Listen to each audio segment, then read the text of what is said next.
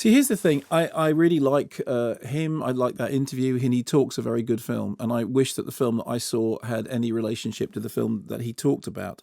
I thought The Greatest Showman was very poor, very, very poor.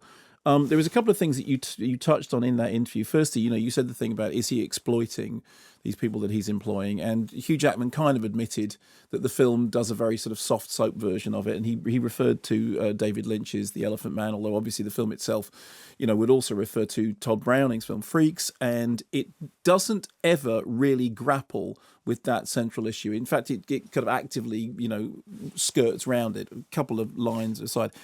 The big problem with the film, however, is this. I mean, Barnum was, as he said there, he was a huckster, an exaggerator, somebody who spun tall tales for a living and got away with it on the basis of showmanship.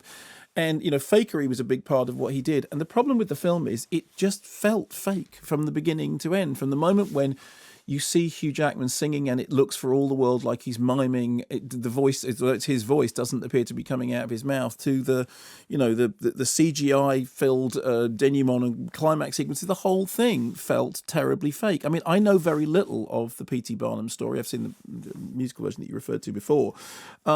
But even the bits of this that are true somehow seem to not ring true, because the whole thing seemed to be like a kind of meringue construction. So whether it's the depiction of him as a loving family man, or the depiction of him as a thoroughly lovable charmer who didn't actually have an affair with somebody whilst they were on tour, or somebody who was, completely into equality for all people, whatever the truth or not truth, the whole thing just felt hollow. The whole thing felt like, as unreal as the waxworks that are originally there that his children tells him aren't going to be good enough to bring in an audience.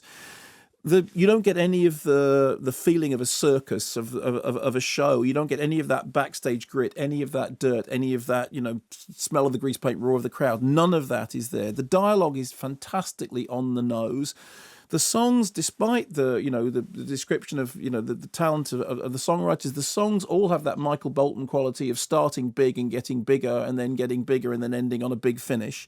The mood swings are like those of a petulant teenager. A scene will begin with him with his head on the bar, and then halfway through a song he'll be jumping around, all the problems have been solved, then all the problems are back, then all the... It's not that you can't have roller coaster ups and downs, but they have to have some form of coherence.